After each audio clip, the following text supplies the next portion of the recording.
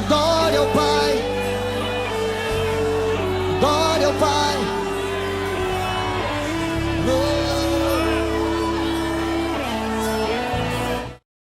Bom, eu quero esse momento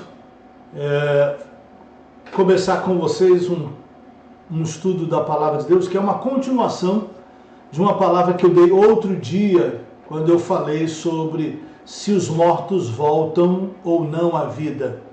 E naquela palavra eu falei um pouco também sobre a volta de Jesus e anunciei que eu iria falar sobre um tema muito importante, que é o arrebatamento.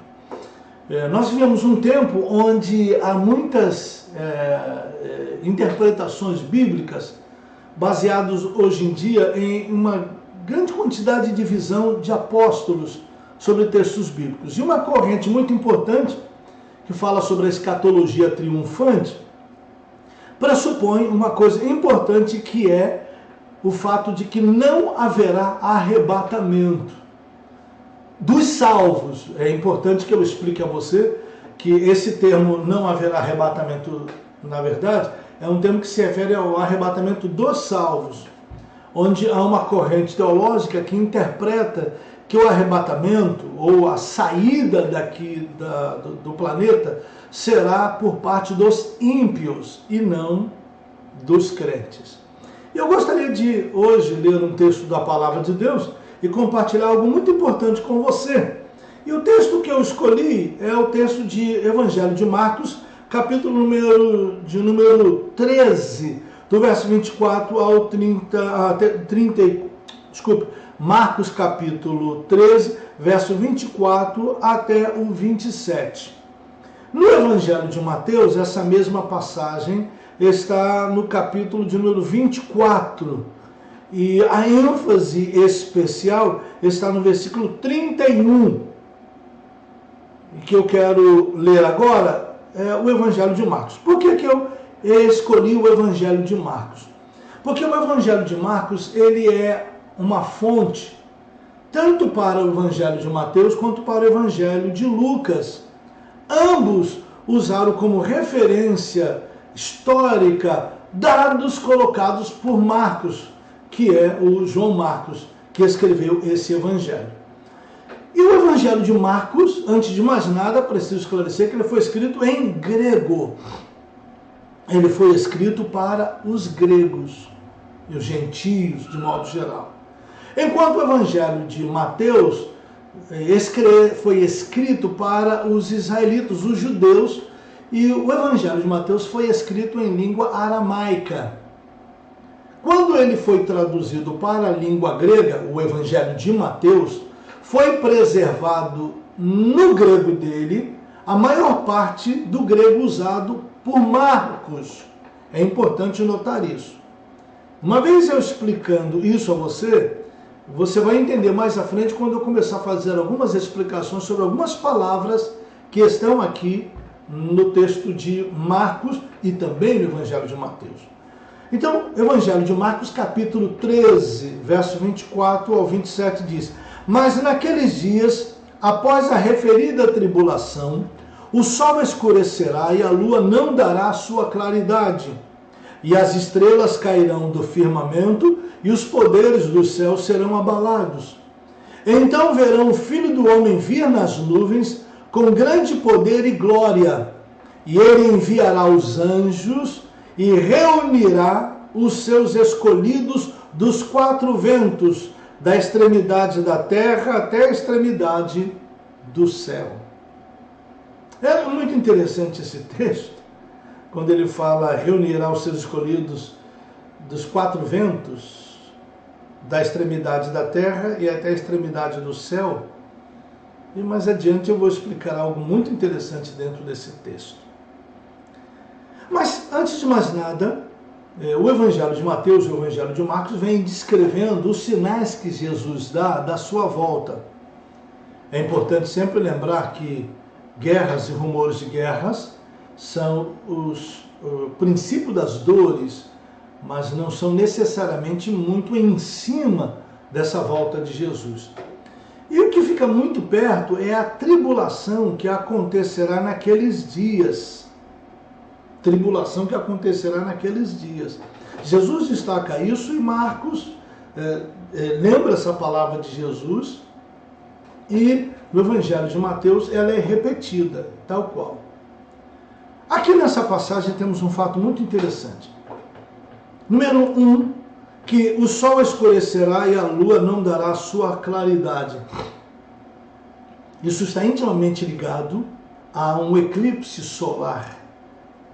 Ao eclipse da lua, não, eclipse do sol. É quando a lua se coloca na frente do sol.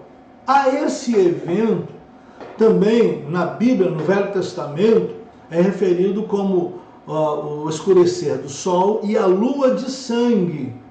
Esses eventos aconteceram, salvo engano, em 2014 e 2015, por duas situações. A primeira delas, na Páscoa e depois na festa das trombetas, que foi repetido no ano seguinte. Isso é muito raro acontecer. Isso aconteceu aproximadamente 6 ou 7 anos atrás, da palavra que eu estou dando hoje. Entretanto, existem avisos de que outro eclipse solar está por vir agora recentemente.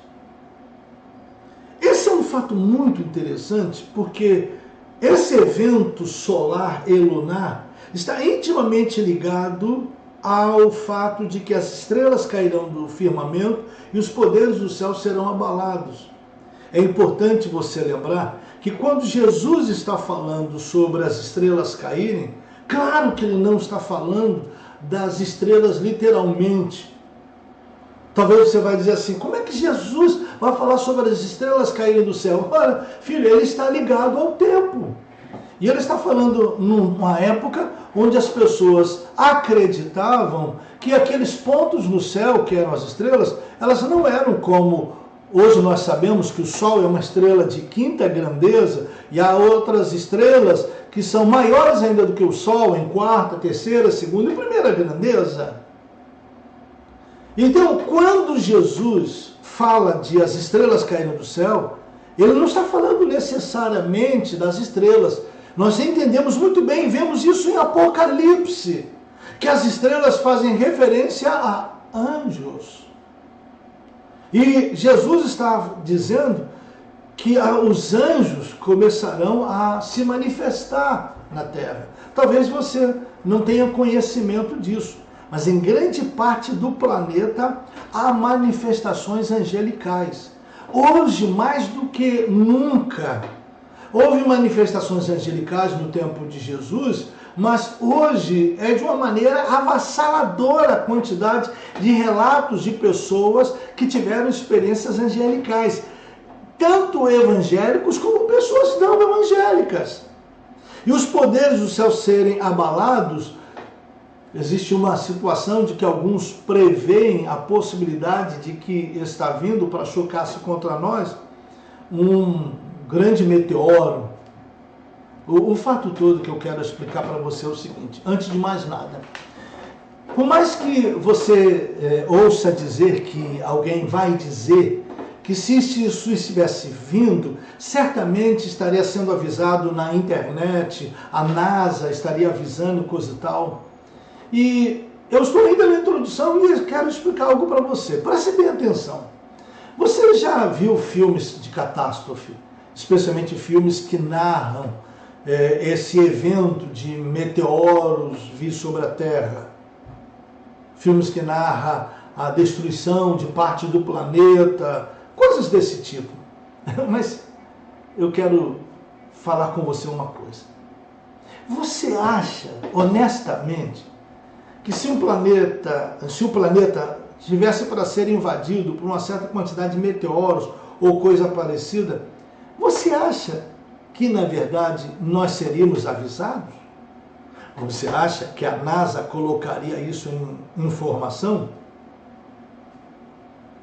Eu não sei o que você pensa sobre esse assunto, mas é bastante interessante pensar nesse assunto, se nós seremos realmente avisados. Outra coisa muito interessante é você compreender, mais uma vez repito, que a referência às estrelas caírem do céu Não está falando necessariamente das estrelas, de fato. Jesus está fazendo referência, como acabei de dizer agora mesmo, com certa segurança, de que ele está falando de anjos. Então, Jesus está dizendo aqui no Evangelho de Marcos: então ver o Filho do Homem vir nas nuvens com grande poder e glória. Em Mateus se fala da trombeta. Em Lucas também. O apóstolo Paulo fala da trombeta. E isso é muito importante ressaltar aqui agora para você. E esse evento do toque da trombeta é importante porque ele é um aviso que anuncia que Jesus está voltando. E uma vez que Jesus está voltando, a minha pergunta para você é: os crentes serão ou não serão arrebatados? Eles serão arrebatados para o céu ou não? Se eles não serão arrebatados, os ímpios que serão arrebatados para onde? Então deixa eu primeiro lhe explicar algumas correntes. A primeira ideia se diz que os ímpios é que serão arrebatados. Quando a Bíblia diz que um será tirado e outro será deixado, a interpretação de alguns é de que esse que será tirado é o ímpio e que será deixado é o crente. Eu vou te explicar. Essa ideia é baseada em parte numa interpretação da parábola do joio e do trigo. A argumentação que aqueles que acreditam que não haverá arrebatamento de salvos pressupõe que nessa passagem, na parábola do joio e do trigo, quem é tirado primeiro é o joio e é queimado. A pergunta deles, quando Jesus, nesse texto, e no Evangelho de Mateus especialmente, e no Evangelho de Lucas, quando Jesus se refere que assim como foi nos dias de Noé, casavam-se e davam-se em casamento, a pergunta dos que são contra o arrebatamento dizem: quem é que foi tirado da terra? Os ímpios ou o salvo? Eles argumentam: o ímpio que foi tirado da terra. Quando no Evangelho de Lucas, porque o Evangelho de Lucas é o único que faz referência como foi nos dias de Ló, assim será também a vinda do Filho do Homem. Casavam-se, davam-se em casamento, até que Noé entrou na arca, diz Mateus e Lucas, e não perceberam. E Lucas, fazendo referência a Ló, alguns dizem: quando veio o fogo de Deus sobre Sodoma e Gomorra, quem foi tirado? O ímpio ou o salvo? Eles argumentam: o ímpio. De certo modo, faz sentido essa explicação, porque é compreensível, se você olhar em primeiro plano, de que realmente os ímpios foram tirados, tanto nos dias de Noé, quanto em Sodoma e Gomorra. Mas aqui quero te chamar a atenção a algumas coisas importantes. Número 1, vamos na passagem do joio e do trigo. Se você quiser, você pode lê-la depois. Mas eu já vou fazer referência, sem precisar ler o texto, para não alongar demais o vídeo. Naquela passagem bíblica, Jesus fala para os discípulos, e o que o Senhor diz, que não deverá ser arrancado o joio para não ser junto arrancado o trigo. Deixa o tempo da colheita. E quando vem o tempo da colheita, ambos são colhidos, mas o joio é queimado no fogo, enquanto que o trigo é guardado no celeiro. E essa parte é importante quando a referência se diz que o trigo é guardado no celeiro. Guardado no celeiro. Então, dentro daquela passagem bíblica, é verdade que o joio é queimado primeiro. Mas é importante lembrar, guarde essa expressão, que o trigo é guardado. É importante isso. Então, os ímpios serão tratados devidamente e no final eu vou explicar esse tipo de tratamento com os ímpios, o fogo. Mas com relação a Noé, vamos entender aqui. Quando Noé estava construindo a arca e o Senhor vinha avisando que aquela geração só ia durar 120 anos e que Noé, portanto, pregou a palavra, conforme está escrito no Novo Testamento, ele era pregoeiro da paz e por 100 anos pregou a palavra, anunciando de que aqueles dias iam terminar. Diz as Escrituras no Evangelho de Mateus que Noé entrou na arca e não perceberam. Isso é um sinal muito interessante, que é a minha interpretação para você, de que no arrebatamento as pessoas não vão perceber que nós fomos tirados. Por quê? Porque há muita gente que pensa que é uma multidão impressionante que vai sair da terra de arrebatados. Já há uma multidão enorme dos que já dormem no Senhor. Mas dos que vão ser arrebatados, não é tanta gente assim não. Por outro lado, é importante notar que quando Noé entrou na arca, preste bem atenção, é verdade que os ímpios foram tirados, mas primeiro Noé foi protegido. No meio da tempestade que veio e aquela tribulação do dilúvio que veio sobre a terra, Noé estava guardado na arca. Ele foi tirado do meio da tribulação, ou antes da tribulação. Ele foi guardado durante ela, enquanto os ímpios eram tratados. Eu entendo que Noé foi arrebatado do meio dos ímpios. E Ló? Ló também foi primeiro visitado pelos anjos, e os anjos foram lá e tiraram Ló da cidade e levaram-no para as montanhas. E depois veio o juízo sobre Sodoma e Gomorra. E nesta passagem bíblica, de modo muito interessante, Jesus diz que ele enviará os anjos e reunirá os seus escolhidos.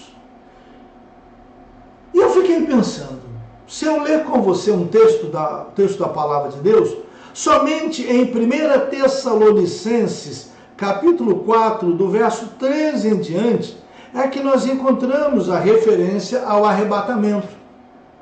Não queremos, porém, irmãos, diz 1 Tessalonicenses 4, 13 em diante, não queremos, porém, irmãos, que sejais ignorantes com respeito aos que dormem, para que não vos entristeçais como os demais que não têm esperança. Paulo, então, quer trazer uma palavra de fé e esperança para essa gente. Verso 16, Paulo escreve dizendo: porquanto o Senhor mesmo, dada a sua palavra de ordem, ouvida a voz do arcanjo, tanto Mateus quanto Lucas falam no toque da trombeta, feito pelo anjo do Senhor. Paulo destaca aqui do arcanjo. Porquanto o Senhor mesmo, dada a sua palavra de ordem, ouvida a voz do arcanjo, e ressoada a trombeta de Deus, descerá dos céus, e os mortos em Cristo ressuscitarão primeiro. É importante lembrar a você que aqui Paulo está sempre falando da pessoa do Senhor, porque agora não é mais o homem Jesus, é o Senhor, é o Kyrios, é aquele que voltou a ser Yahvé, aquele que voltou a ser Elohim, aquele que é o Cristo, portanto. E os mortos em Cristo ressuscitarão primeiro, depois nós, os vivos, os que ficarmos, seremos arrebatados. Essa palavra em espanhol é usada como seremos raptados. Essa palavra arrebatado, já eu vou voltar para explicar para você, mas eu quero voltar lá em Marcos e explicar uma coisa muito interessante para você no Evangelho de Marcos, capítulo 13. E é muito interessante essa passagem bíblica, porque lá Jesus diz que enviará os anjos que reunirão os seus escolhidos. Em Mateus, capítulo de número 24, versículo 31, a palavra grega é a mesma, e eu vou te explicar. A palavra grega para reunir aqui é uma palavra, no futuro, que ela é uma conjugação do verbo episunago ou epsinago. A gente fala epsunago porque é uma U, Y, ou um Y, como se fala em francês. Então, eu vou usar epissinago, onde esse si é Y. Tanto nessa passagem de Marcos, quanto na passagem de Mateus, o verbo é o mesmo. Qual é o significado? Por que ele escreveu aqui? Esse verbo, ele é também parte da palavra que nós conhecemos como sinagoga. O verbo sinago, da palavra sinagogue, que é um local de reunião. Só que a palavra sinago, que fala de reunião, é uma reunião entre pessoas do mesmo caráter, com o mesmo propósito. É uma reunião entre pessoas num determinado nível. Mas a palavra epissinago, ela é diferente. Tem um epi antes. E esse epi é o que forma a palavra epílogo, epígrafe. Normalmente você pensa que a palavra epílogo é uma descrição no final do livro, quando na verdade a ideia é uma palavra principal de encerramento, ou epígrafe, um escrito sobre. Então, a palavra epi, ela quer dizer sobre, acima, em cima ou no alto. E a palavra sinagogue, ou o verbo sinago quer dizer reunir, mas epissinago também quer dizer reunir, só que com uma grande diferença. É uma reunião mais acima. É uma reunião principal, uma postreira ou última reunião, a reunião mais importante de todas, mas carrega consigo a ideia de uma reunião em cima, sobre. Esta palavra, ela era usada para descrever a reunião dos deuses do Olimpo. Quando os deuses dos gregos subiam o Monte Olimpo para se reunir, onde ficava o castelo dos deuses do Olimpo, e a reunião deles se chamava epissinago. Enquanto que os gregos tinham sua reunião se chamava sinago, a reunião dos homens, e dos deuses epissinago. Isso é importante. Marcos pega essa palavra que os gregos conhecem, que na cabeça deles e na filosofia deles, eles entendem que essa palavra era usada para designar a reunião promovida pelos deuses num nível mais elevado. A reunião mais importante que havia era dos deuses, na cultura grega. E Marcos pega essa palavra para falar da reunião que os anjos promoverão dos salvos em Jesus. Isso é muito interessante. Tem um significado muito profundo essa palavra. Não foi usada à toa. Foi usada com um propósito para dizer a você que essa reunião não será uma reunião aqui embaixo. Não será uma reunião de ímpios. Será uma reunião daqueles que os anjos vão reunir. E eles não vão reunir aqui embaixo. Eles vão reunir lá em cima. É a reunião mais importante de todas. E os anjos sairão para recolher os escolhidos dos quatro ventos.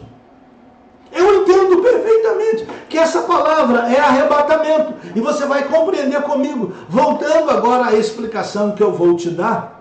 Na passagem que nós temos lá em 1 Tessalonicenses, capítulo 4, verso 16 em diante, Paulo diz assim como eu li para você: portanto, o Senhor mesmo, dada a sua palavra de ordem, ouvida a voz de arcanjo, ressoada a trombeta de Deus, descerá dos céus e os mortos em Cristo ressuscitarão primeiro. E aqui entra uma coisa muito importante. Essa aqui temos que combinar com a passagem de Apocalipse capítulo 20. Essa é a primeira ressurreição. E sobre aqueles que fazem parte da primeira ressurreição, não tem poder a segunda morte. E aqui essa passagem ela é muito importante, muito interessante, porque o apóstolo Paulo está tentando descrever para nós, mais adiante ele vai falar de arrebatamento. Mas ele está falando de que o Senhor vai nos reunir, e esse aviso é o aviso do toque da trombeta de Deus, e os mortos ressuscitarão primeiro. De acordo com Apocalipse capítulo 20, os mortos que ressuscitam primeiro são os salvos. E eles são ressurretos primeiro, para então fazerem parte com o Cristo, com o Messias, com o Senhor, do julgamento do grande trono branco. Eles não serão julgados, porque de acordo com o Evangelho de João, capítulo 5, verso 24, Jesus disse, na verdade vos digo, que aquele que ouve as minhas palavras e crê naquele que me enviou, não entra em condenação, mas já passou da morte para a vida. E essa tradução condenação, eu examinei ela, a palavra lá é a palavra crises, não entra em juízo, já passou da morte para a vida. Uma coisa que eu expliquei na palavra sobre os mortos é que não haverá mortos zanzando por aqui. Os mortos não voltam para se comunicar na terra, porque Hebreus 9, 27 diz que aos mortos, ao homem está ordenado morrer uma só vez, vindo depois disso o juízo. Quando uma pessoa parte desta vida para outro lado, ele parte sem Jesus, ele vai para o juízo, porque do outro lado da vida, nós estamos num outro tempo, do lado de cá, nós estamos no Cronos, num sistema cronológico, mas do outro lado da vida está em outro tempo, num tempo cairológico. É um tempo que está completamente diferente do nosso, daí Pedro dizer que um dia para o Senhor é como 1000 anos e 1000 anos como um dia. Aquilo que, de acordo com a descrição da Bíblia, será o julgamento do grande trono branco, na visão de Deus, na visão eterna de Deus, essas coisas já aconteceram. Mas isso é outra explicação para eu dar a você, um outro estudo por aí. Por ora, esses que ressuscitam primeiro são os que sentam-se com Jesus e fazem parte do julgamento do grande trono branco, e esses julgarão toda a terra. Mas calma, tem um processo primeiro. Esses que ressuscitam com Jesus, eles voltarão com Cristo em glória.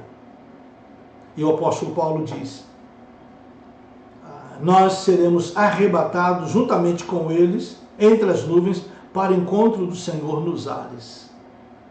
Há muita gente que diz, espera aí, se a gente for encontrar com Jesus nos ares, a gente vai ficar orbitando. Como é que vai ser? Preste bem atenção. Qual é o problema de eu ficar orbitando com o Senhor nos ares? E você acompanha muito bem. E você sabe que a nave espacial que recentemente foi enviada para o exterior, para o espaço, foi para visitar a missão, foi para fazer uma missão na estação internacional que está circundando a Terra. No seu entendimento científico, é impossível nós ficarmos andando em volta da Terra. É até engraçado, mas eu só que estou perguntando a você, qual seria o problema de estarmos com Jesus em volta da Terra, orbitando? Você não sabe como isso vai ser. Ou você quer adivinhar? Mas o fato mais interessante é de que nesse arrebatamento, e eu fui examinar a palavra arrebatados. E ela vem de uma palavra muito interessante, porque a palavra seremos arrebatados, na verdade é um verbo que está no particípio, na língua grega. E ela vem do verbo arpazo. E o verbo arpazo não quer dizer simplesmente arrebatar. Eu fui examinar, é muito interessante. Ela tem uma ideia de, a palavra arpazo é uma ideia de levantar e levar. Eu fiz um estudo, examinei o Velho Testamento na língua hebraica e vi na Septuaginta, as traduções que a Septuaginta faz de algumas palavras, como por exemplo, quando os irmãos de José narraram para o seu pai de que José tinha sido arrebatado por um animal. Aquele texto lá em hebraico, eles contam uma mentira para o pai, dizendo que possivelmente um animal arrebatou José, mas a palavra que traduz essa expressão arrebatado em hebraico na Septuaginta, a tradução que é usada é o verbo harpazo, arrebatado.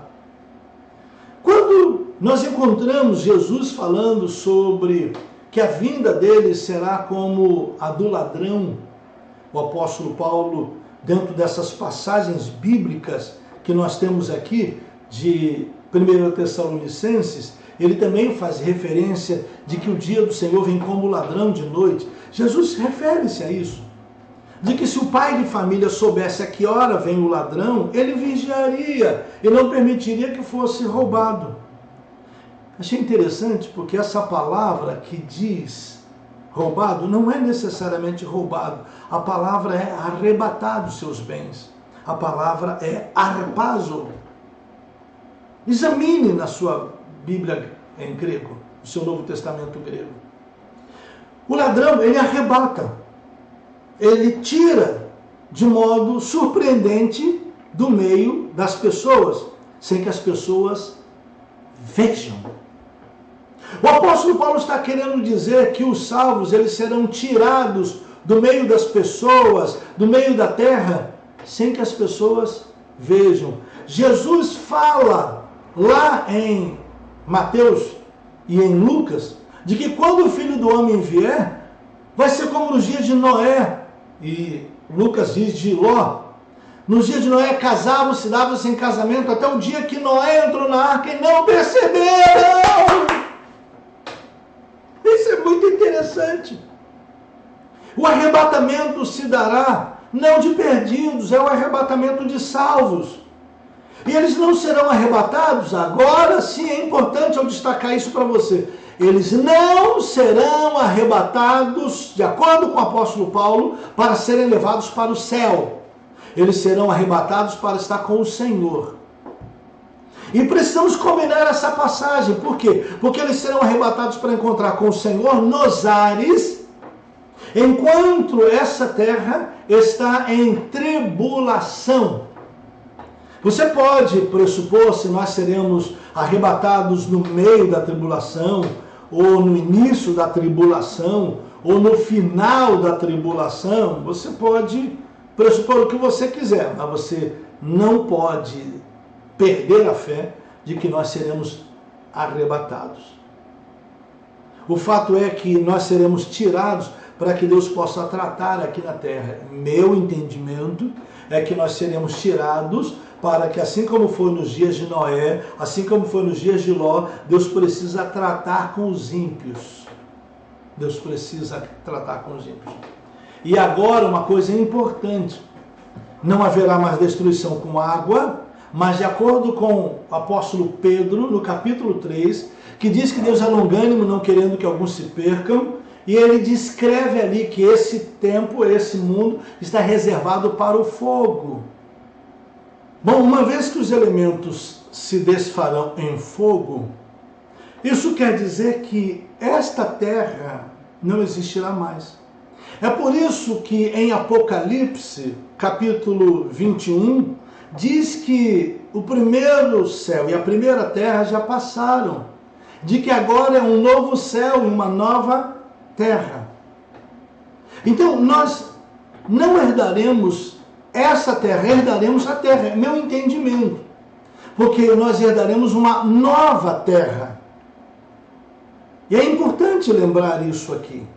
É claro que alguns vão dizer, mas a Bíblia diz que nós herdaremos a terra. Sim, mas qual terra? Essa é a grande pergunta. E quero voltar a uma coisa muito interessante. É a pergunta: se Jesus voltará para essa terra, se ele vai nos encontrar e trará os mortos ressurretos, pergunta a você, nós seremos transformados? De acordo com o apóstolo Paulo, capítulo 15, verso 50 em diante de 1 Coríntios, ele diz: digo-vos um mistério, nem todos dormiremos, mas todos seremos transformados, no abrir e fechar de olhos, ante a última trombeta. E Paulo descreve isso muito interessantemente, descrevendo que carne e sangue não herdam a incorrupção e a mortalidade, o mortal não herda a imortalidade. É necessário que o mortal se revista da imortalidade e o que é corruptível se revista da incorruptibilidade. Essa é muito interessante, não? Então, é um pouco contrastante com as palavras do apóstolo Paulo de que nós vamos morar nessa terra com esse corpo. Com esse não teremos. O arrebatamento é um momento onde nós somos tirados, a semelhança de Noé, a semelhança de Ló, para que Deus possa tratar com os ímpios.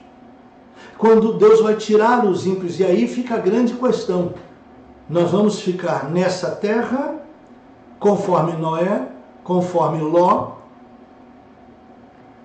e essa é a grande pergunta de alguns, e eu quero transmitir para você uma coisa muito importante.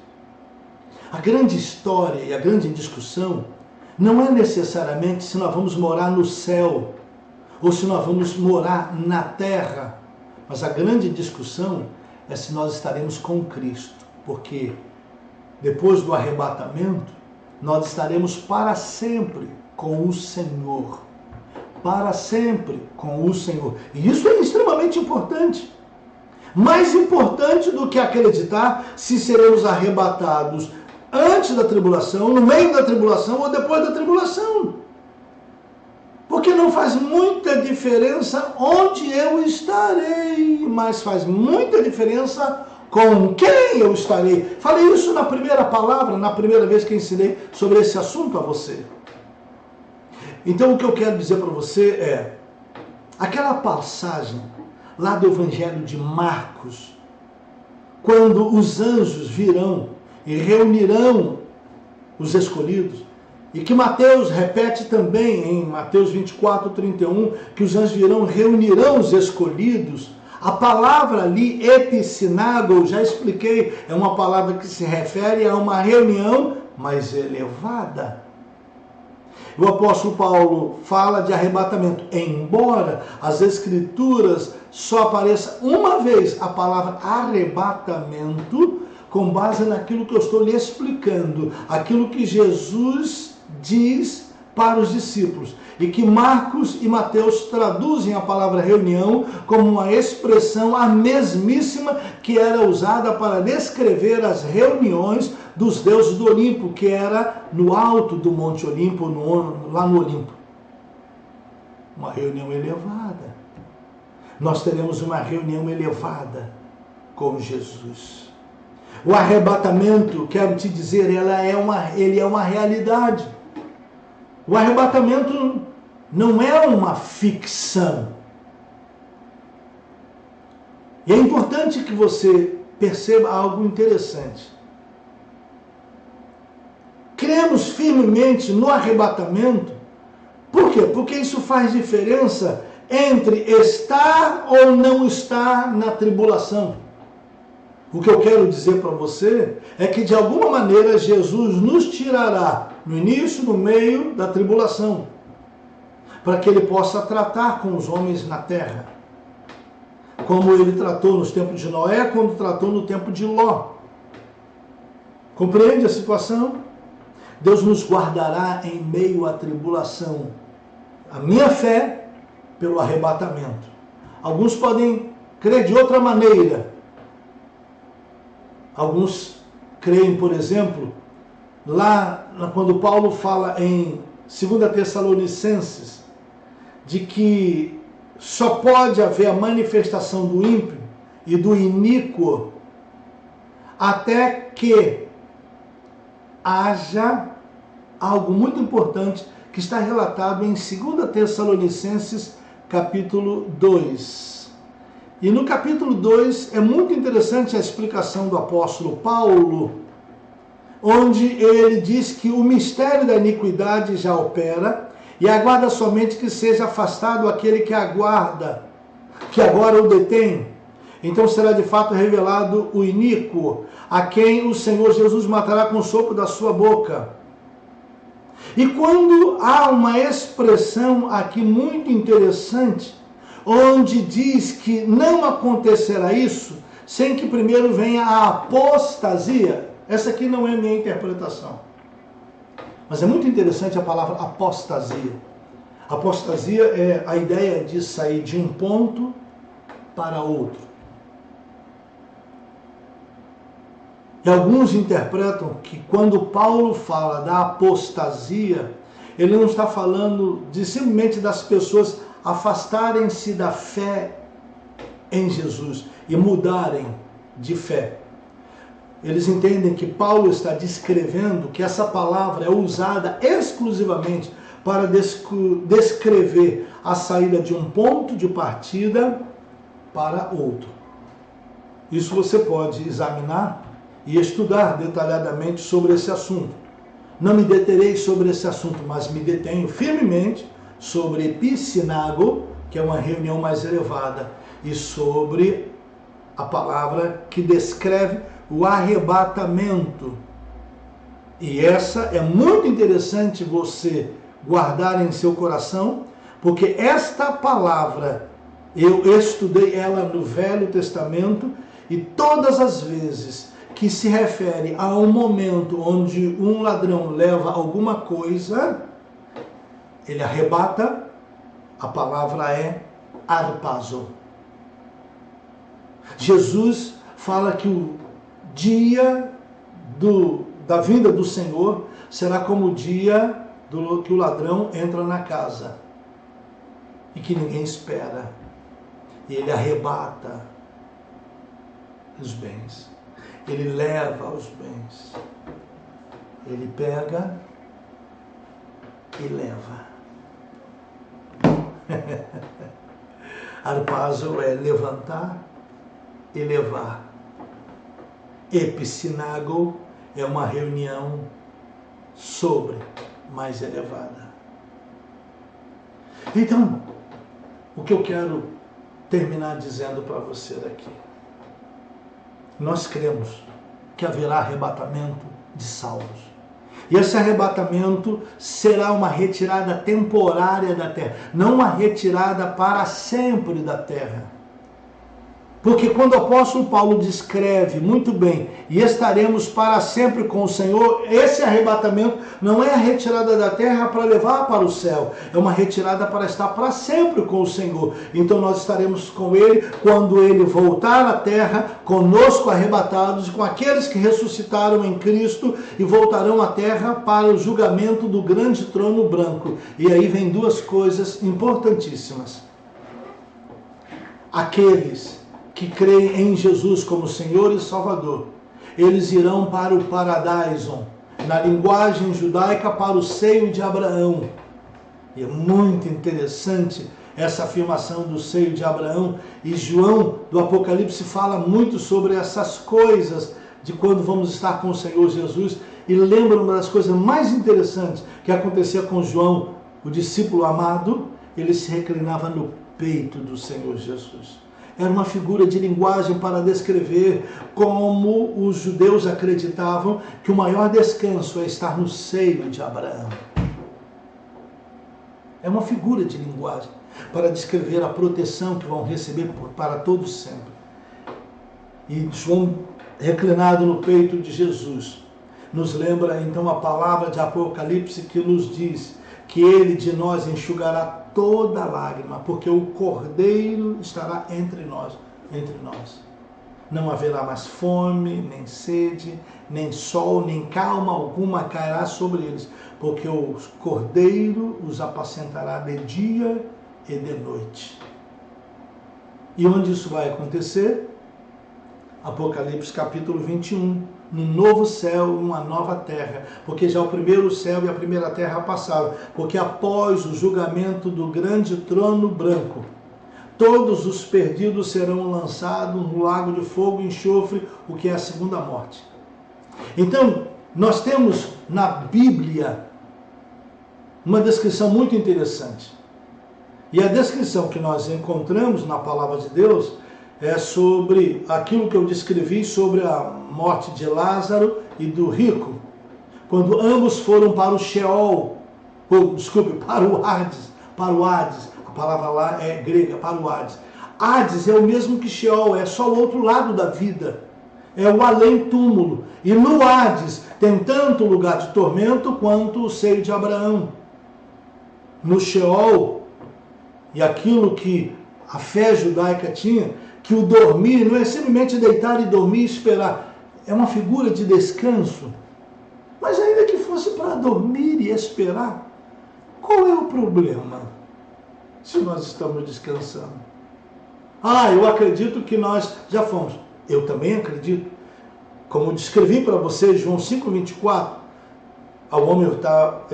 João 5,24, sobre Jesus dizer que não entra em juízo, e de Hebreus 9,27, que ao homem está ordenado morrer uma só vez, vindo depois disso o juízo. Ou seja, morreu, já entra em juízo. Alguns acreditam que vão dormir, que Paulo fala de dormir. Ok, isso é uma figura temporal, mas do outro lado da vida é descanso eterno com Cristo. Aonde? No novo céu e na nova terra. No céu, isso é outra explicação que eu darei no outro dia. Hoje não vou descrever para você se nós vamos morar no céu ou se vamos morar na terra. O próximo estudo dirá: após a volta do Messias, nós reinaremos com ele para sempre na terra ou estaremos com ele no céu? Por ora, você já sabe que eu estou descrevendo que haverá um novo céu e uma nova terra, porque já o primeiro céu e a primeira terra terão passado. Estou combinando isso de João com Pedro, de que os elementos se desfarão em fogo. Voltando agora a Apocalipse capítulo 20, combinando com o arrebatamento. Após o arrebatamento, nós voltaremos a estar com Jesus, continuaremos com o Senhor e com Ele julgaremos todos. Aqueles que morreram sem Jesus, pessoas que você testemunhou da fé em Jesus, pessoas que você falou de Jesus, com a sua vida você testemunhou, gente que viu você sofrer as angústias pela fé em Jesus. Eles serão testemunhas de que você está ressurreto com um novo corpo. E você lembrará a eles tudo aquilo que aconteceu com você e eles viram. E agora você será finalmente a verdadeira testemunha de Jeová. Porque você testemunhará a favor de Deus. Pelo amor de Deus, você não vai sair daí dizendo que Deus não precisa de testemunhas. Essa é uma colocação didática de Apocalipse, onde eu e você seremos testemunhas de que realmente a promessa foi cumprida em mim e em você. E nós faremos parte do grande julgamento do trono branco. E depois disso, para onde nós vamos? Nós vamos para o paraíso, Paradiso. Agora, o que é o Paradiso? Essa é uma outra história, isso é um outro capítulo, um outro ensinamento que darei a vocês. Mas por ora, lembre-se que Jesus disse. Por isso que nós acreditamos que quando nós partimos desse mundo, nós já vamos para onde é o nosso destino. Lembra que Jesus disse para o malfeitor na cruz, que reconheceu ele como Senhor e Salvador: Senhor, lembra-te de mim quando entrares no teu reino. Lembra que Jesus disse: eis que eu te digo que hoje mesmo estarás comigo no paraíso. Interessante, não? Então, console-se com estas palavras. Haverá arrebatamento. Porque arrebatamento é o ato de levantar e levar. Porque lá no Evangelho de Mateus, nós teremos uma reunião especial, uma reunião mais elevada. Aleluia! Nós estaremos com Cristo para sempre. Você crê nisso? Deixo estas palavras com você. Que o Senhor te fortaleça, que o Senhor te ajude. Fica firme no Senhor Jesus. Deus te abençoe.